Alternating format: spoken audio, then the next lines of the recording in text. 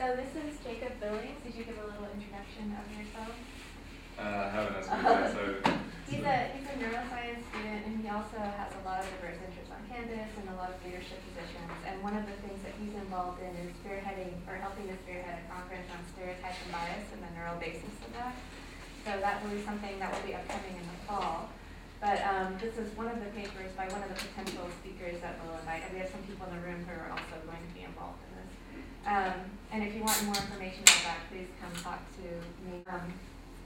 Again, this is kind of, we'll see if this stimulates an interesting conversation that maybe we'll build on even for the conference. But thank you for being here today. And without further ado, thank you for being here. Oh yeah, it's my pleasure. Thank you for inviting me. So the paper we're going to be discussing today is The Pain and Social Disconnection, Examining the Shared Neural Underpinnings of Physical and Social Pain by Naomi Eisenberger out of UCLA. So what is examined here is an issue, as we were talking about earlier, as far as the shared neural connections between the physical sense and pain sense. Before we get started, I wanted to prime ourselves with a couple of questions. So are there some that are addressable scientifically? Some important ethical questions. What about these important ethical questions does this present study tell us?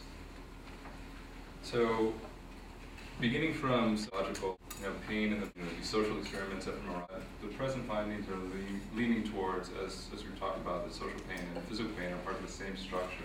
This has some interactions with science that we're interested in, but here we want to consider these social and ethical issues. What does that mean? What do these findings mean as far as the desires emanated by groups of people with whenever these analogies between all of us, as far as emotional affect, that point to social pain. Growing up with two sisters, of course you're not really thinking that that's a terrible. In my eyes, physical base. Are there some remaining and conflicting and stated their outlooks based upon these new ways of understanding the commonalities between people? The origins of slavery possible because the church said that people who were non-European, non-Christian were without souls, and this is really not a possible argument. It's something that we're moving past. There's still some difficulty with that, and not moved to the 21st century. As far as this goes, looking in something a little less agitatable, mind-body interactions that can be pointed to and said these have a physical basis, these have substance. Based upon the present findings. We'll look into some of this.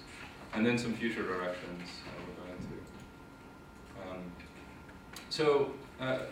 In all ethical discussions, I'd like to raise the question of whether or not we should even be studying this particular question. Is it really appropriate to dive into people's minds and look at the origins of pain within people? Is this something that we should gain as part of our knowledge? I think so. I'm strongly for it. I think so too.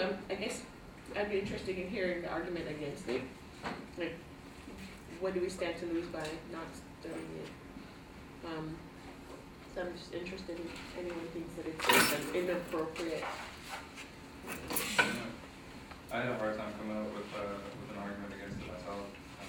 Being a scientist, it seems as though these types of questions are what we're trying to go into, what we've learned are the best things to approach. Might as well go ahead and strive for them. As I was reading it, I could think of literally one thing that really made me a little nervous was it's a very, very unlikely theoretical possibility that if we could kind of come to a total understanding of neural correlates of the pain that's caused by social loss, whatever, people might attempt to cure that, which would be fairly inappropriate, I think, to development as a person. There's a future application for this in medicine. Or try to mimic it. So through interrogation. I don't believe that's really possible, but it's not, Stimulation. yeah, completely unlikely. I think you could compare it to like why still need the biological basis of homosexuality, is that do we even care about that? And do we care because certain people may want to cure that? I'm not sure so much about cure, but there's certainly a lot of discussion about treatment and the fact that opiates seem to work in both regards. It seems like we actually are quite committed to treating the pain that's associated with loss, with bereavement. I think most people that study pain or treat pain will tell you how complicated it is to separate the affective component of pain. And if you can kind of understand that or harness that a little better, you can help a lot of outcomes for a number of disorders. So I know this is not exactly pain, but this is about affect affecting symptoms. And for epilepsy patients, for instance, a lot of them will report cognitive deficits, which you might expect with some of the medications that they're on. But those that have accompanying mood disorders actually will report worse cognitive symptoms, even though when you test them, they don't have any detectable cognitive deficits. Yet when you get their mood disorders treated, that they'll report that their cognitive deficits have gone away. So the affective component is important for a lot of things. That's an interesting system.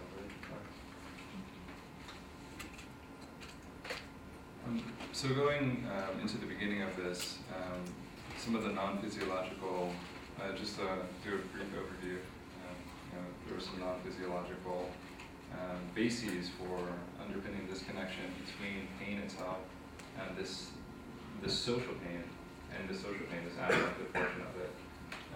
It's in our language. It seems evolutionarily adapted. We've got motives to cohere as social groups. So to have this added effector to emphasize that need to group is regarded as an adaptive feature. In psychological pathologies such as suicide and anxiety, they're typically two arms of what people are striving to rid themselves from, either the social pain and the physical pain.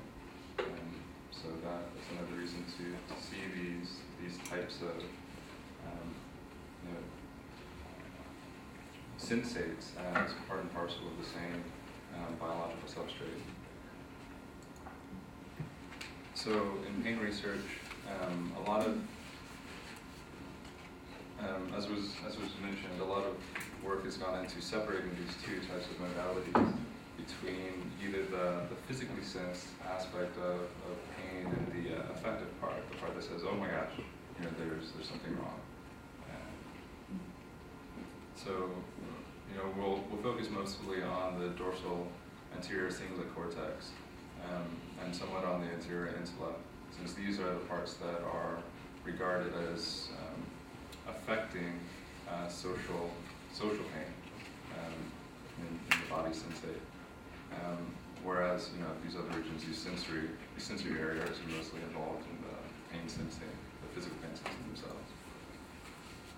So there are a number of studies that are looking at different modalities to get at the brain activations that are involved in social disconnect in social pain studies. As we can see, there's a lot of this dorsal anterior cingulate activation, a lot of this anterior insular activation. Some of these studies seem to go both ways. But statistically, we're seeing that there's this increase in these two areas. There's also this pointing to the sub-anterior cingulate cortex. In adolescence, there seems to be some kind of modulatory faculty for this particular area as children are developing to influence the growth of the adult connections that are established. So one of the games that was pointed out is this cyberball game. The person is here as the volunteer, and there's like a cyber ball game going back and forth. The computer is actually playing this game, and the computer is programmed at times to not pass the ball to the person. So you imagine you're on a ball field, or you don't play balls, you're doing something else, perhaps playing house, and somebody passes you the tea or doesn't pass you the tea. What does that mean? How does that make you feel? These are all very real, physically established issues. And they're used quite extensively in this research.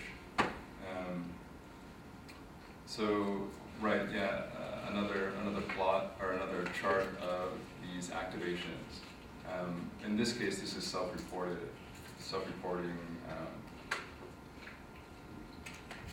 social pain, as opposed to in the previous one where it was simply based upon the condition.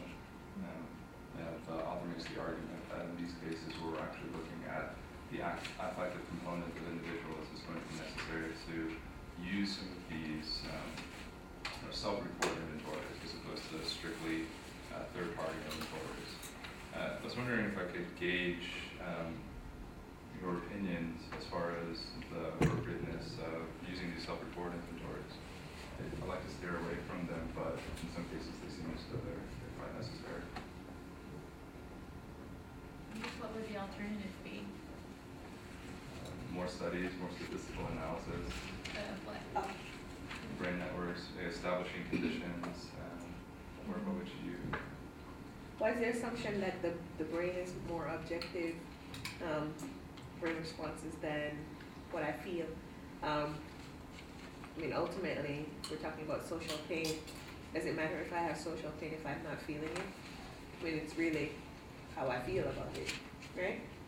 And I think it'd be interesting if there was some sort of biomarker, or even like heartbeat or something like that. I was wondering, how, with the cyberball, how do they validate that in terms of are we measuring what we think we're measuring? Are psychologists involved in the design of that, or?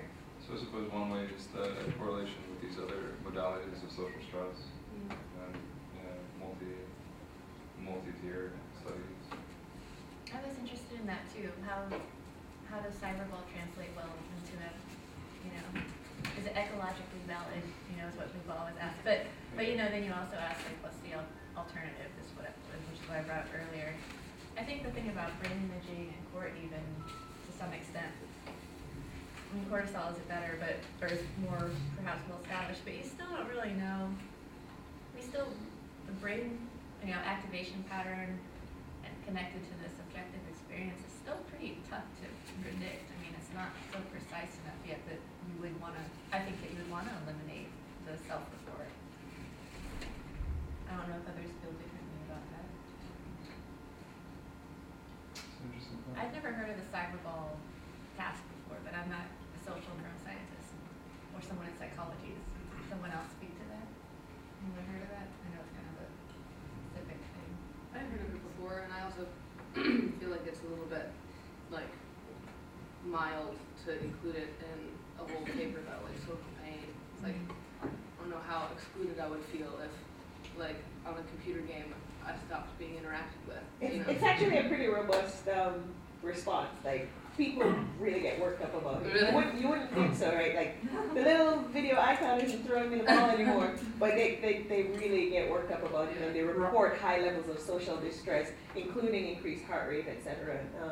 Right, and they aren't led to believe that it's a computer game. Yeah. They believe that they're Yeah, you think that there are real people, No, I but it's actually interesting how robust the But to say that that's distress is. in the same level as bereavement seems a little bit of a stretch.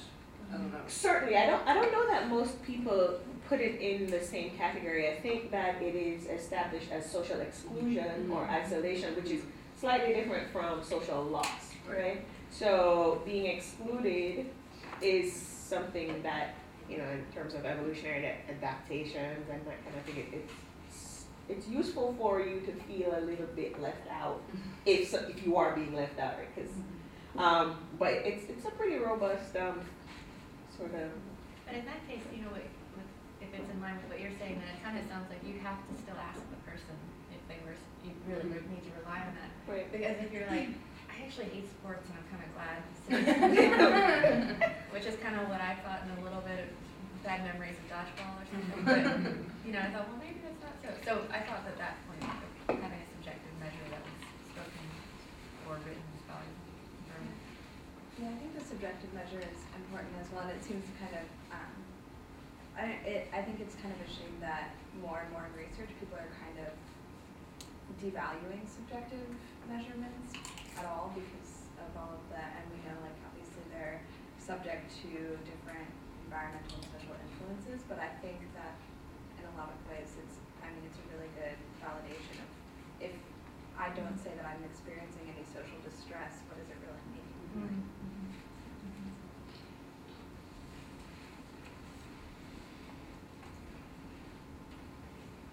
Yeah, here we see some of the activation showing the distinctive trend in activation of the anterior cingulate vis-a-vis social distress in the cyberball game.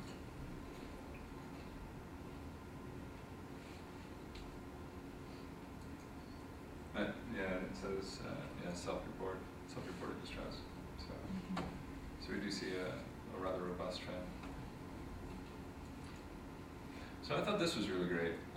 In moving into these different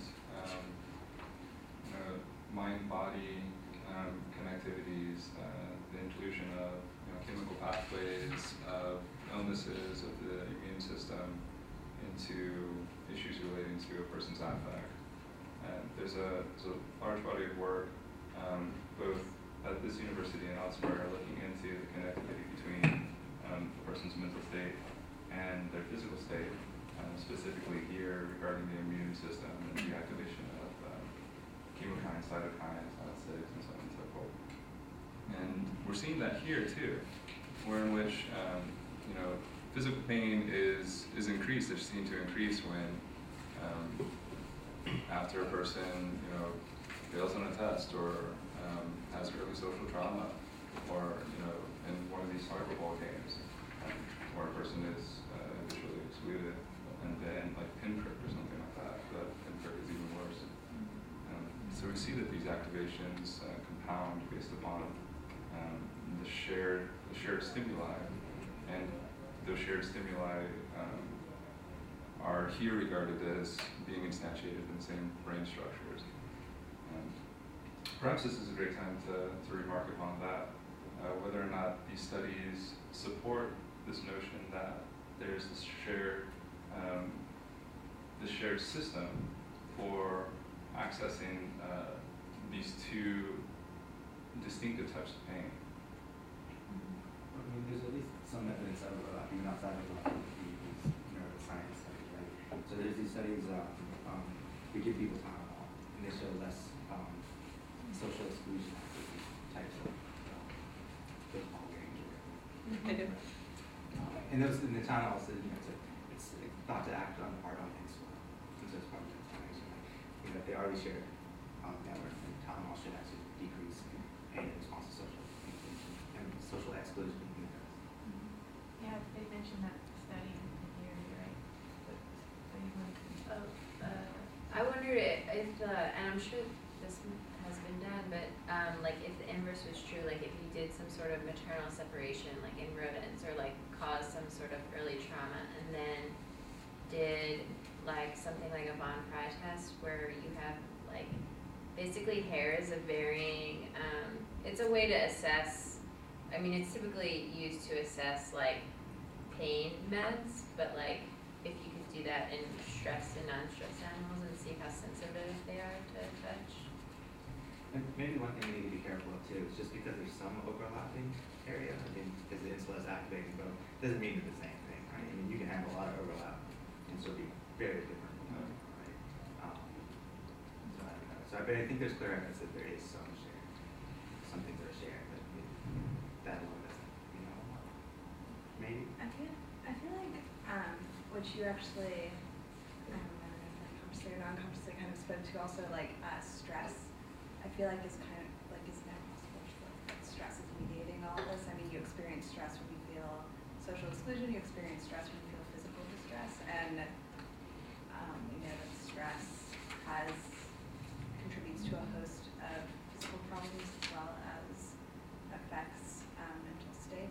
And so it seems, and particularly with things like immune response and things of that nature,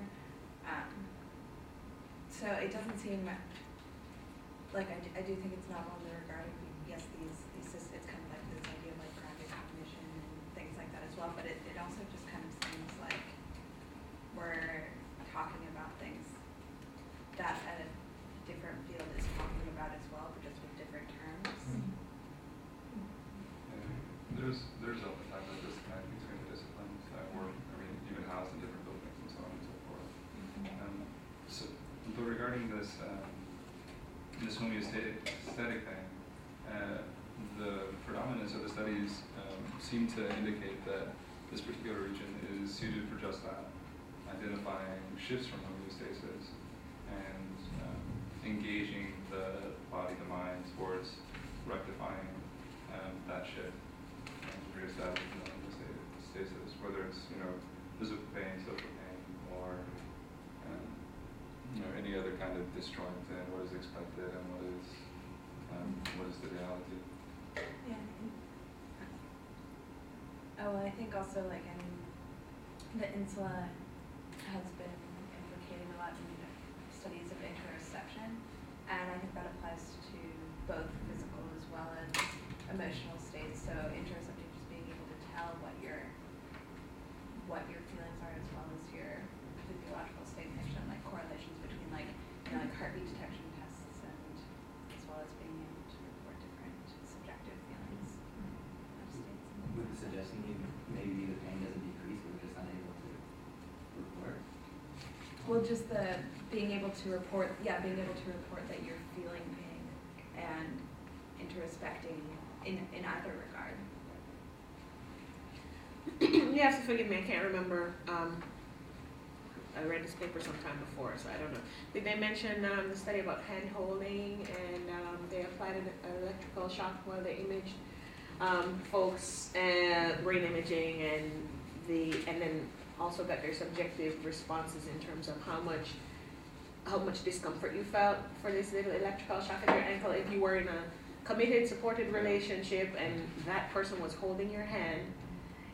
You had less brain activation and less subjective negative responses to the pain than if you were not having your hand held. They also had strangers hold your hand, and it still worked a little bit. So hold your hand, and the shock doesn't hurt as much. So there's this idea of you can modulate your brain's response to pain, physical pain, by having social support.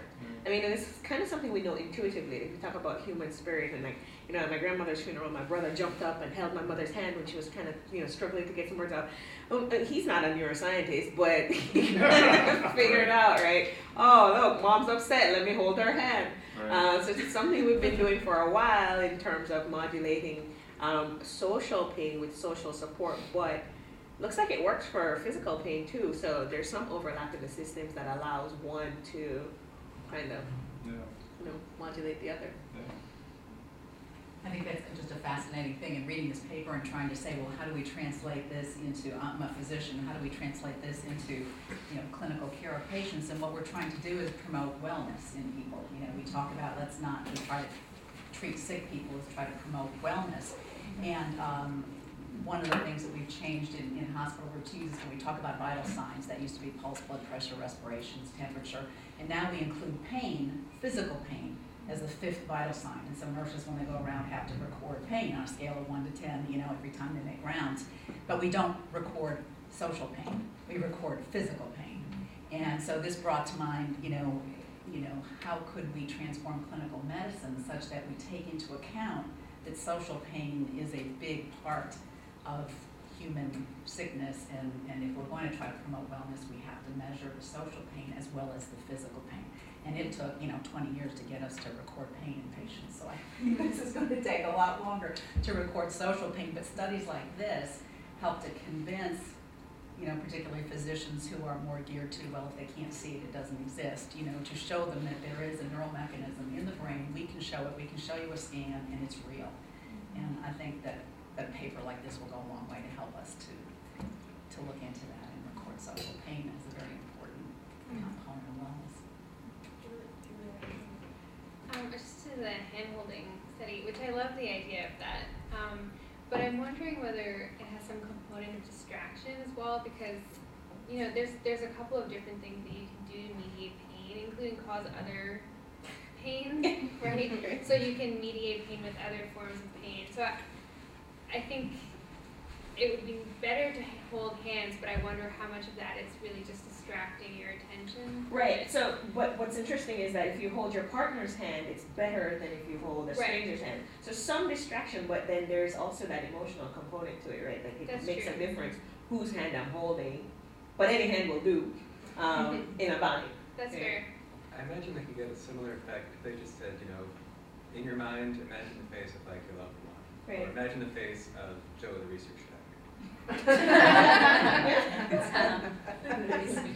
that is what people with the compassion meditation are trying to work towards, is to inspire senses of well-being based upon these previous experiences of positive social situations. So perhaps as a potential therapy, that road towards reducing the affective, social, and co-pain sense states is the way to go.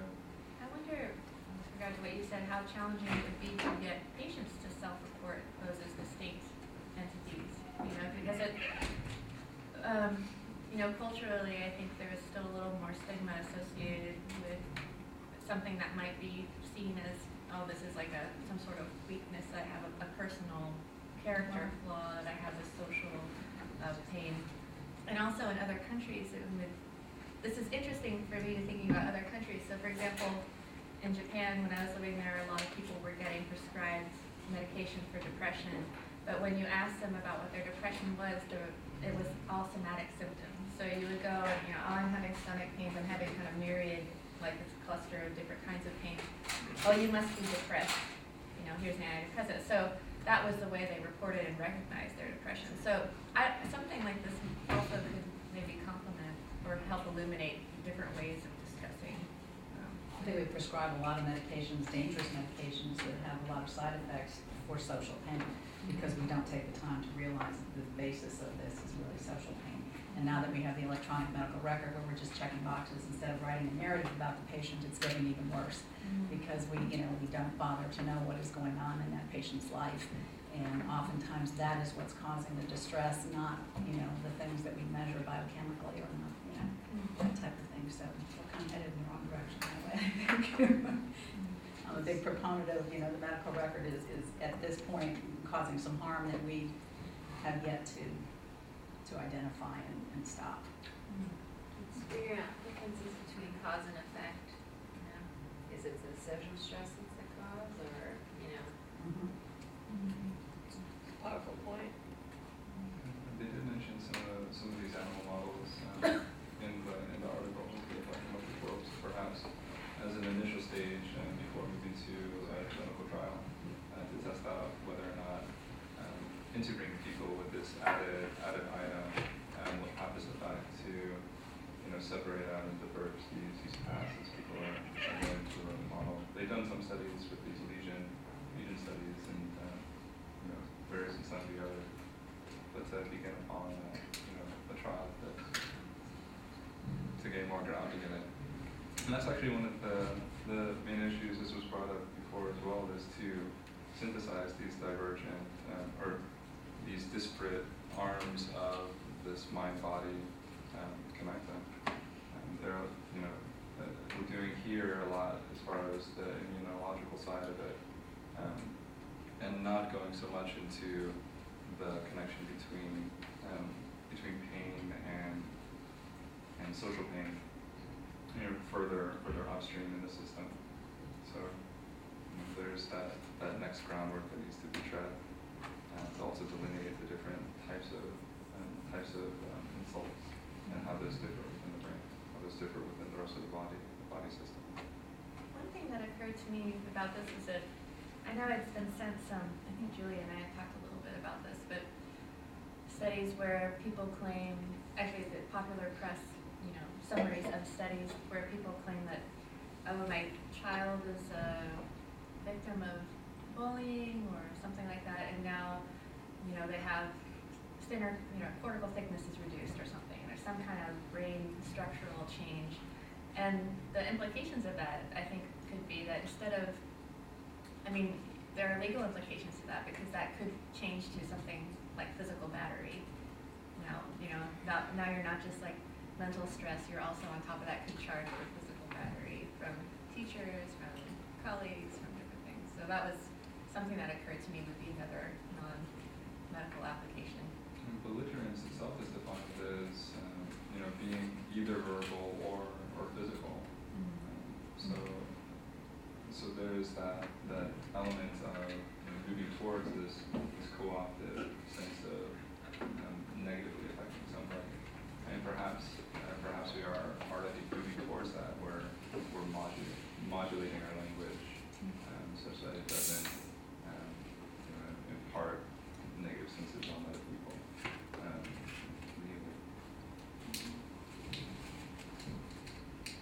Does anybody have insight into the legal structure of belligerent language? How simply speaking to somebody in an aggressive tone is made to be an illegal act? I have no insight, but I have a side comment. I remember growing up, we were taught, sticks and stones may break my bones, but words can never harm me. And what foolishness is that? Because I'm pretty sure some of the worst things that have happened to me have been words. And this sort of social exclusion, I'm not wearing a cast, but you have broken me. And my response and how I, feel, and does it count better if there's a part of my brain that's activated, or I have some physical manifestation or a biomarker or something to indicate that your words really did harm me? Okay? So this is kind of how I'm thinking about as we move forward, understanding, and maybe the law will eventually reflect some of those issues, that we understand that there is something real happening when we have social exclusion or rejection or something. I think that's kind of the real word is the key word. You start saying you have a notable physical marker for something that maybe you intuitively knew, and now you can start making policy changes. Now you can start saying you're damaging our kids by tracking them inappropriately into different different advanced classes, or you put them with special needs kids or something like that. You're changing their brains, and now we need to avoid that. We need to be careful of their brains because we can see we're actually damaging that. So we should have policy changes for those in different socioeconomic statuses, et cetera, et cetera. So this now in clinical care, see this is a real issue that we need to look at. And maybe before we knew it was a real issue, but now we can see this. So there's kind of a danger in always relying on this to make it real, but it also can help in situations where maybe it's difficult to make a compelling argument. I did think that was one of those interesting things raised in this article, when they're going back to the discussion of the differences between adults and adolescents and the way that they perceive social pain. Like the adolescents they didn't say for sure, also perceive it as activating the areas of the brain that would indicate this is the physical location of pain. So it made me think that probably, most of my experience, as kids we're just way more sensitive to that type of social pain. It does kind of cross over into feeling way more painful than even a stick or so.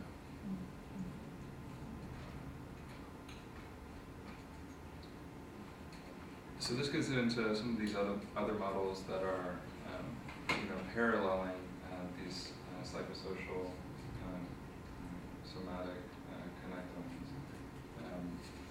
The guy Chris Coe was here last week talking about his work in psychoneuroimmunology, working to identify how these systems interact with Wisconsin.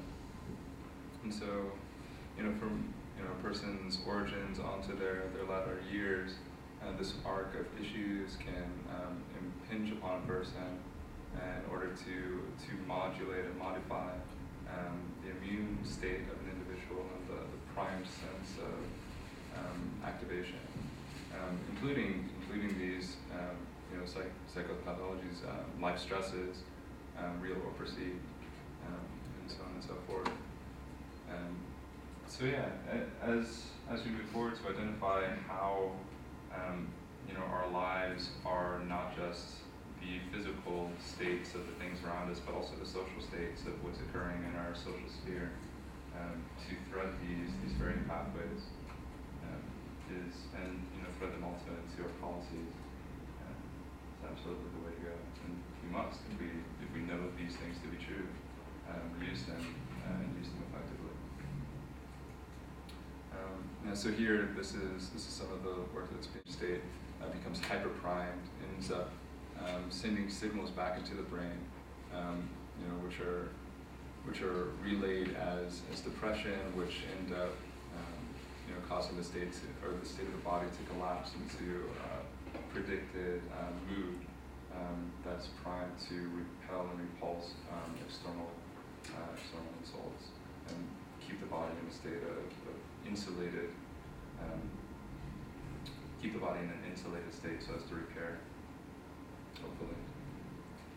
So this work is occurring here. It's in Wisconsin. The other work is occurring there in UCLA. The connectivity between the different pain regions is being conducted. There's a lot of these different threads. Also in addiction, we're finding that these cases, that there is this interactivity between seeking out a particular substance in order to alleviate some felt sense of pain, and these are activated by the same types of regions that are monitoring for homeostatic state and co-opting those regions in order to engage the sense of craving. When the cingulate gyrus, the anterior cingulate, senses that there is a loss in homeostasis, it institutes craving, and then the person goes towards drug seeking, and binging onto this with these dopaminergic satisfaction drivers, dopaminergically modulated satisfaction drivers, in order to sustain this cycle of addiction.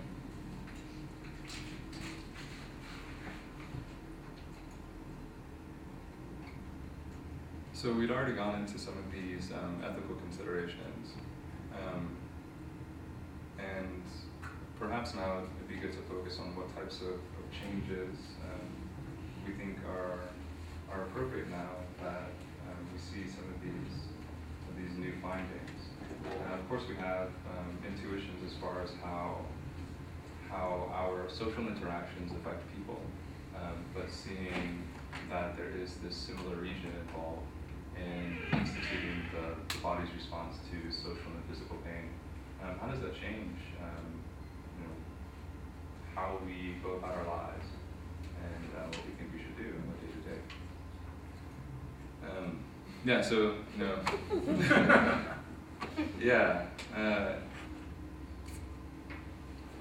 So I think I argue with my wife a lot, probably too much. Is that really the thing to do, as opposed to sustain love? Go ahead. Oh, yeah. So, which one? You gotta say that. Okay. So you wave it around. Insula's active.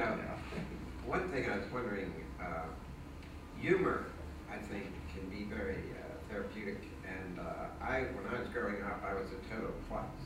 I mean, I'd eat, miss my mouth, I'd dance with girls, step on their toes, and they made a lot of fun of me. But one day it just dawned on me, whether they're laughing at me or with me makes no difference. I'm making them happy.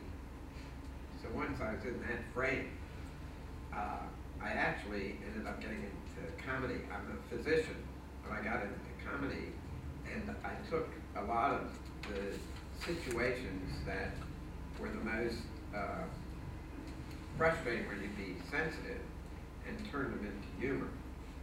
for instance, being in total clubs, I've saved more lives than any doctor in America by not being a surgeon. I had a malpractice lawyer who's a friend of mine, begged me to go into surgery. He said he'd split anything he made suing me, and I'd be a billionaire within a year. But I do find that even stressful situations, when you can enter some humor in it and get people to start laughing, that it puts it into an entirely different context. When my dad was dying, he had cancer. He said, "Why are you dying?" He said, "Why are you upset?" He said, "I always knew life had a beginning and an end." He said, "I remember when you were a little sperm." And he just wanted us to laugh, you know. So I do think that there's some value in that, and it can be a way to overcome some issues. Do you have any thoughts on that? Well, yeah, I mean, humor is great. I wonder how so far you see it as a permanent solution to some of these real issues. Oh, well, now that's a good point. Yeah, I mean, obviously, it's not a permanent solution, but I'll tell you, even patients that I had at Emory when I was practicing, if it was somebody, say, who had lung cancer, I tried to inject humor in some way. We even did, actually, I did humor with patients who had cancer. I had sort of a seminar, but I didn't make fun of them, but I tried to have them come up with humorous experiences that they had had, where they were just able to put it in another context. So I agree with you. It doesn't, I mean, there are many stressful situations where people can't solve it that way, but there are others where we just can't find a solution, whether it's drugs, whether it's interactions, or there are things that are just difficult, you know, to deal with. And I found laughing with seniors, by the way, I've done a lot of that. And these are older people, and some are getting frail and whatever. But I give you another example. There was I'd like to get them up on stage, and I'll say, who's been married the longest? And then how did you meet? And I had this couple, and the woman was 90, and the man was 93. And she said, when we met, my parents were furious that I was going out with him. And I said, why? She said, well, I was 14 and he was 17. Now at 90 and 93, it's not that big a deal. I said, when he proposed to you, what did you say? She said, I said, yes, sir. But, so I agree, you know, it's not necessarily a long-term thing, but I really do think that it can have a lot more effect if it's not taken advantage of. Now, obviously, you have to be careful, because sometimes you can be perceived as just making fun of somebody, and then that can have a negative effect. So that's why I like them to tell me their most humorous things rather than me tell mine, unless I'm making fun of myself. That's a great analogy. Yeah, I definitely agree. Absolutely. Yeah, especially with the laughter meditation. If anybody's ever done that, we just institute laughing within yourself and all the people. It's so fun. Yeah, so one of the questions you just posed is, now that we know these are the same brain areas that line up both these kinds of pain, what does this mean normatively? What does this mean? What does this mean for what we should do? And Karen's probably absolutely right that sowing these physical bases will bring more awareness and convince more people that we should do something. The normative question itself is already solved by the behavioral evidence. If I know there's behavioral differences, that tells me I should do something, with or without the brain differences, right? If I see brain differences with or without behavioral differences, that doesn't tell me, that I should do something. So I mean, it's almost like the relationships backwards. Most people are impressed by the physical stuff, so they're like, oh, we should do something. It's in the brain, but really, the thing that tells you should do something is that you see observable behavioral differences, right? So I mean, I think whatever normative recommendations should be made should have been made based on the behavioral evidence alone, right? And I guess with that, I wonder, because groupishness and greed, perpetuate throughout civilizations to create all manner of atrocity. Of course, we see the behavioral differences that immediately, change within the party affected. Is it the case that establishing within our scope of knowledge, our sense of truth, this physical realm of the material stuff that makes us up, establishing this connection between social, physical pain will change some of these roughshod paths that cultures have wrought. Yeah, so I agree that the motivation, that individuals might have to be more motivated to make the changes, but the actual normative claim itself that the changes need to be made is based on behavioral stuff, right? I mean, there's nothing new that the neuroscience is showing until we actually do something different and make convince other people now that it's in the brain. And I think that's a powerful point. I think the powerful point is not that something should be done, because it should be like this according to Eisenberger, right? But the idea is, I'm looking at some of my students and they show up and they're like, well, I was in a car accident and this happened on my neck and here's my doctor's note. I'm not feeling well. Can I turn in my assignment late? Versus, hey, my boyfriend dumped me. Can I turn in my assignment late? Are you kidding right now? Is what most professors say.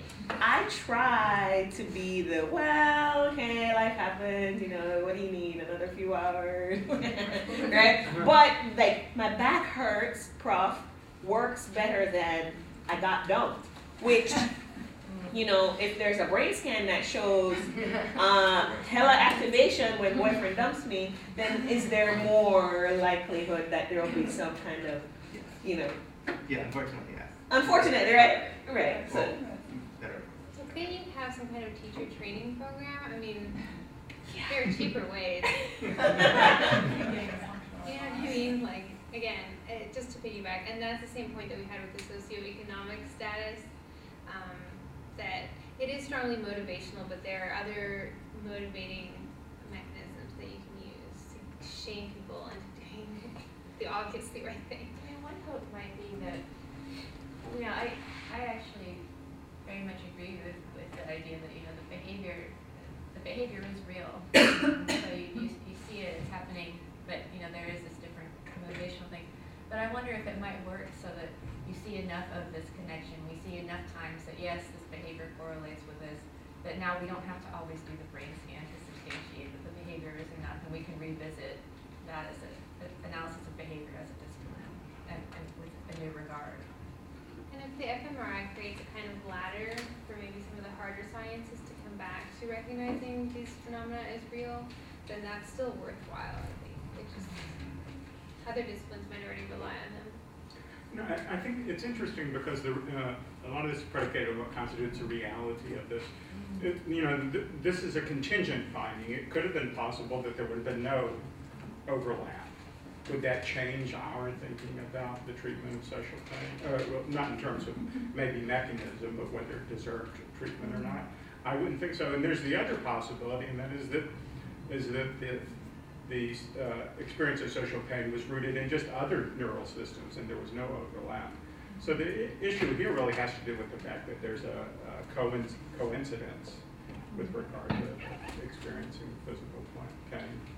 Or that there is the incidence, that there is this activation of, this consistent activation regarding the experience of social pain, that in and of itself is represented in a portion of the brain to combat, this paradigm that says these senses of social pain are not real.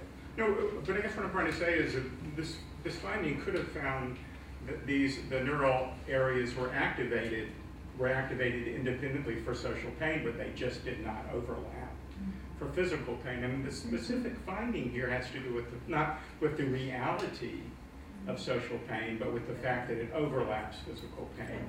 And the conclusions really talk about that as an avenue for exploring both types of pain. And the interesting suggestion here, I don't think it's a finding because I don't think it actually rises to the level of that level of scrutiny, is the claim that this is evolutionary based, that there is an in-place facility for experiencing physical pain, and it was leveraged off of for the experiencing of social pain. And so that explains why the two systems are involved. But as I say, I don't think this article really addresses the question independently, or is intended to address the question independently whether social pain is more real, but just that it happens to overlap with those systems for physical pain. That's a great thing. From that, would you say that that gives credence to the verisimilitude of these two experiences? I think so. I mean, well, again, it's one of these just so kind of stories in evolutionary biology. But the notion is, and this actually was a surprising assumption for me. So the notion is that that social pain somehow was adaptive in the same way that physical pain was adaptive. The physical pain was for self-protective purposes.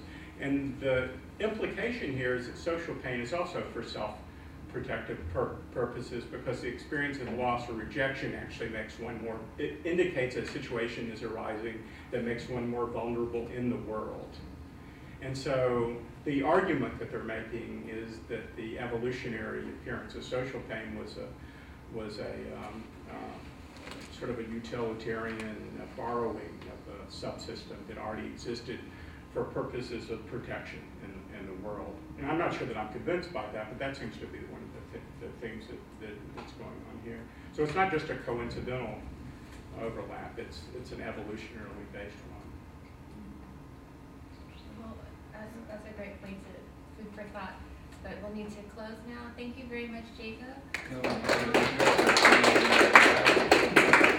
I just make a plug for our last journal club of the semester, maybe our last lunch journal club. It'll be Wednesday, April 24th, and we're going to talk about human glial cells enhancing plasticity and learning in mice. And this will bring up a lot of questions about how human is human enough, different questions that come up with chimeras and all that good stuff. And Riley Zeller Thompson will facilitate that. So thank you.